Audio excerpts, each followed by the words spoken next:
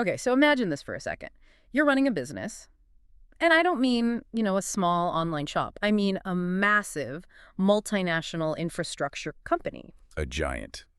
You build airports, you build toll roads, you manage power grids. You've spent millions, maybe tens of millions, on firewalls, on encryption, all the best digital locks money can buy. You have a fortress. Sounds pretty secure. It sounds like you've done everything right. Right. But then imagine a guy walks up to one of your junior engineers, maybe at a coffee shop. He doesn't have a laptop. He doesn't have some hacking tool. He has a briefcase. Okay. And inside that briefcase is, say, $500,000 in cash. And he says, look, I don't need your password. I just need you to plug this USB drive in for 10 seconds when you get back to the office. It sounds like the plot of a heist movie, doesn't it? Yeah. But the thing is, what we're finding in the data, what the experts are screaming about, is that this analog tactic, the physical bribe, is making a terrifying comeback. And it just bypasses all those million-dollar digital locks? That is the hook for today's deep dive. We're unpacking a really high-level, fascinating conversation between two absolute heavyweights in the industry. We've got the perspective of the defender. That's Juan Cobo, the global CISO of Ferrovial. And just for context, Ferrovial is huge. They're the ones building critical infrastructure in places like Poland, the U.S., all over the world. So one is the guy literally trying to keep the lights on. Exactly. And on the other side, we have the builder, Pablo Vera. He's the director for Spain and Portugal at Zscaler.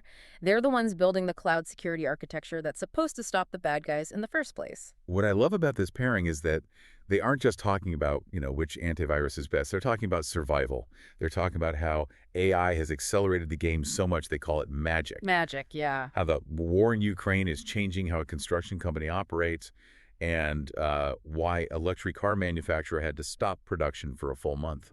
That last point is so crucial, and it sets up the whole mission for this deep dive.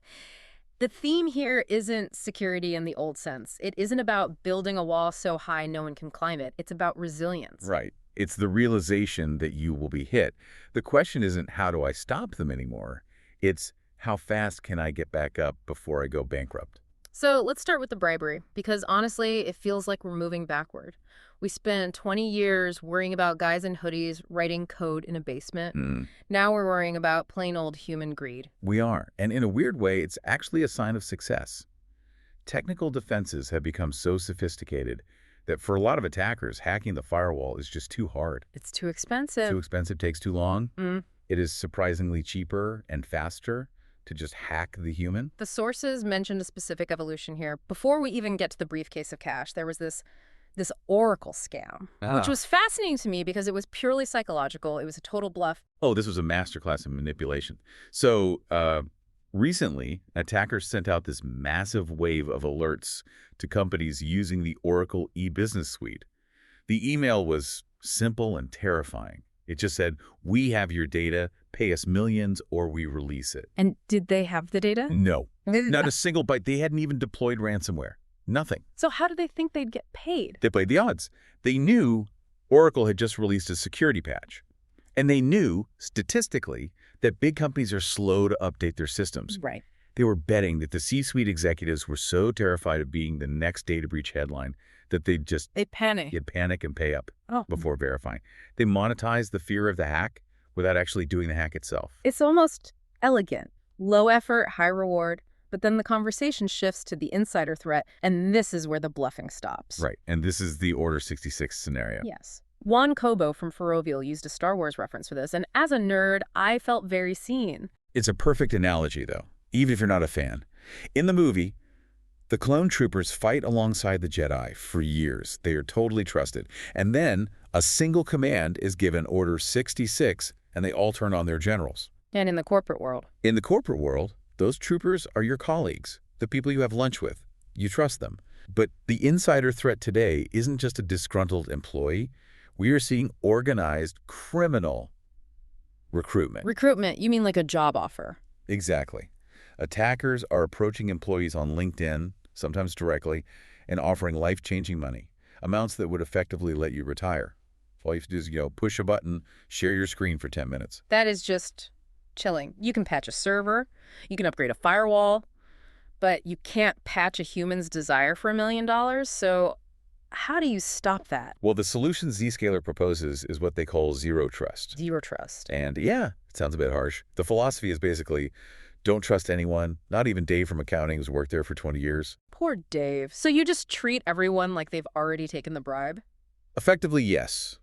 The whole strategy is to limit the blast radius. Okay, break that down for me. Blast radius. Think of it this way. In a traditional network, once you're logged in, you're inside the castle. You can walk anywhere. You've got the keys to the kingdom. You've got the keys to the kingdom. Yep. If I bribe you, I get everything. In a zero-trust environment, your key only opens the one specific drawer you need to do your job today. So if you work in the cafeteria, your key opens the menu files. It does not open the financial records. So if I accept that bribe, If you accept the bribe, you can't give the attacker the kingdom because you don't have the keys. You can only give them access to the lunch menu. right. By doing that, you're devaluing the bribe itself. You're making the criminal's investment worthless. That is a key insight. You're just ruining their ROI. Okay, I want to shift gears from human flaws to, well, machine power. Let's talk about the magic. The magic of AI. Juan Cobo had a great line about this. He said, technology has always been magic, and AI has just accelerated how fast we can cast spells. I love that. But like all magic, there is white magic and black magic. And right now, it feels like the black magic, the offensive side, is winning. It's certainly getting faster. The scary thing about AI for attackers is autonomy. The sources mentioned a specific incident from September with Claude.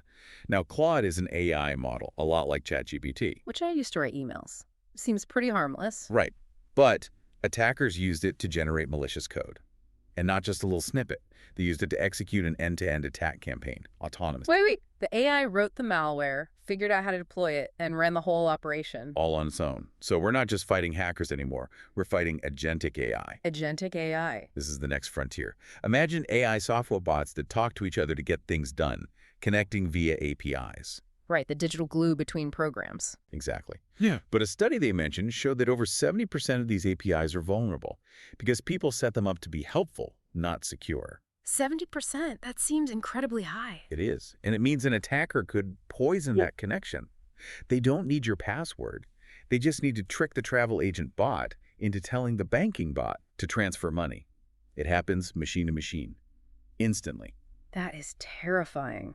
But let's look at the white magic side. The good guys have to be using this stuff too, right? They are. It's all about speed and scale. Take data classification. A company like Ferrovial has millions of documents.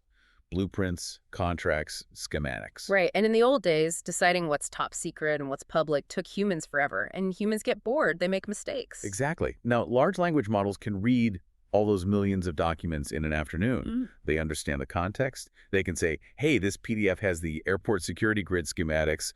Lock it down. It's like an army of super fast librarians. And does it help with that insider threat? Can it catch the guy who took the bribe? It can through pattern recognition. AI is incredibly good at spotting anomalies. If you, as an employee, normally download 50 megabytes of data a day, and then suddenly at 3 a.m. on a Tuesday, you download 5 terabytes. The AI raises a very big, very red flag. Instantly. It spots the behavior change after the bribe, but hopefully before the data actually leaves the building. So the AI is watching the human magic to see if it turns black. Now, you mentioned schematics for water plants. This brings us to the physical world. Ferrovial isn't just a software company. They deal in concrete and steel. This is the realm of OT operational technology. It's different from IT. IT is your email, your spreadsheets. OT is the sensors that open the valves at a water plant, the baggage system at the airport. And the risk here feels totally different. If my email goes down, I'm annoyed. If a water plant goes down. Traffic stops. Planes are grounded. Water stops flowing. The real-world impact is immediate. And the guests discussed a huge cautionary tale. Jaguar Land Rover. Yes, this stood out to me. They said Jaguar Land Rover had to halt production for roughly a month. A month. Think about the cost of that. For a global luxury manufacturer, a month of zero production it's a catastrophic financial event. Hundreds of millions of dollars. But why so long? We live in a world of cloud backups. Why couldn't they just, reboot? That is the billion-dollar question. The source predicts this will become a business school case study, not just on the failure of protection, but on the failure of recovery. It highlights this hidden fragility. Companies have perfected just-in-time manufacturing efficiency above all else.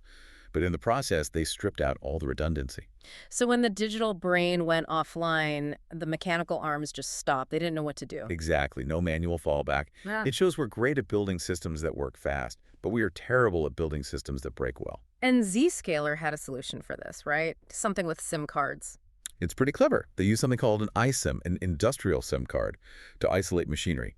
So imagine every robot arm on the factory floor has its own secure, direct line to the cloud, totally separate from the main network. So if one robot gets hacked, it's basically in quarantine. Precisely. It isolates the patient. If I hack the sensor on a baggage belt, I can't use that to jump over to air traffic control. It creates a digital air gap. It turns a factory-wide shutdown into a single broken part. Exactly. That kind of isolation seems so necessary, especially with the other layer here. Geopolitics. Ferrovial is a massive player in Poland. And if you look at a map, Poland is right in the backyard of the conflict in Ukraine. Juan Cobo was very clear about this. Geography is destiny right now. Being that close to the conflict just amplifies the risk. They mentioned hybrid warfare. What does that even look like for a construction company? It's not tanks, it's disruption. It's state-sponsored actors. Russia was mentioned specifically targeting infrastructure, drone interference at airports, GPS jamming. It's not about stealing data, it's about causing chaos. And there's a really important distinction here between a regular cybercriminal and a state actor. A huge difference. It's a mugger versus a soldier. A cybercriminal is a businessman. They want a return on their investment. If you're too hard to hack, they'll just move on to an easier target. Or a state actor. A state actor has infinite time and basically an infinite budget. Their goal isn't money, it's political impact. If they want to shut down an airport to send a message to the Polish government, they will just keep trying until they succeed. The ROI doesn't matter. That puts a CISO like Juan in an impossible spot. He's a corporate executive, but he's essentially on the front lines of a shadow war. He said it explicitly. Companies like his now need military-grade threat intelligence. They need to know what nation-states are planning, not just what the latest malware is. So with all this, bribes, AI agents, geopolitical warfare, what does it mean for the future? Both guests seem to agree on one terrifying fact. You will get hit. It was a unanimous 100% chance, and that shifts the entire paradigm. For 20 years, cybersecurity was about prevention, building a higher wall. Now it's about resilience. How fast can you stand back up after being punched in the face? Exactly. One used a phrase I really liked, industrializing the response. What does that mean, though, industrializing? It means removing the panic. Usually when a hack happens, everyone runs around with their hair on fire. Right. Industrializing means making recovery a factory process. Automated, predictable, almost boring. So you just press a button and the factory rebuilds itself. That's the ideal, yes. You press a button and systems automatically rebuild from clean backups. No panic, just execution. But you need people to do that. And they mentioned a huge talent gap. There just aren't enough cybersecurity pros to go around. And this connects right back to AI. Their solution isn't just hire more people because they don't exist. It's using AI co-pilots to give junior analysts superpowers. An Iron Man suit for a rookie. Exactly. Instead of taking 3 years to learn how to hunt threats, an AI assistant guides them. Look here, this looks suspicious. Here's the fix. It accelerates the human learning curve to match the threat curve. Fighting fire with fire. Or fighting AI with AI. It's the only way to keep up. Before we wrap up, there was one statistic that it just caught me off guard. From a Panda security report about the Spanish language factor. Yeah, this is something that's often overlooked in English-speaking media. There is an attack surface of 559 million Spanish speakers globally. That is a massive number. And the insight is that phishing, those fake emails, is so much more effective in your native language. Yeah. We used to be protected by the language barrier. If you got an email in broken Google translated English, you knew it was a scam. Dear sir, I have a prince who wants to give you money. Exactly that. The bad grammar was the red flag. But now, with AI translation becoming perfect, that barrier is just dissolving. So a Russian or Chinese attacker can write a perfect, culturally accurate email in Spanish or Portuguese. Completely. The slang will be correct. The tone will be right. We're entering a world where you can't trust the text, you can't trust the voice on the phone, and you can't even trust your own colleagues if the price is right. That is a very sobering thought. And it raises a provocative question for me, one that was sort of hinted at in their discussion. We think of the CISO, the Chief Information Security Officer, as the IT guy in the basement. Mm. But if they're the one protecting the company against wars and spies and total shutdowns, shouldn't they be the ones running the company during a crisis? The CISO as the shadow CEO. Exactly. Well, think about it. When the digital heart stops beating, the CEO can't sell cars. The CFO can't process invoices. The only person who can save the ship is the CISO. In that moment, they are the most important person in the room. It's a fascinating shift in power dynamics. From the basement to the boardroom savior. That's the reality of the 21st century. The defenders are becoming the leaders. So to you listening right now, is your organization ready to be bribed? Are your colleagues patchable? And if you got hit today, could you recover in less than a month?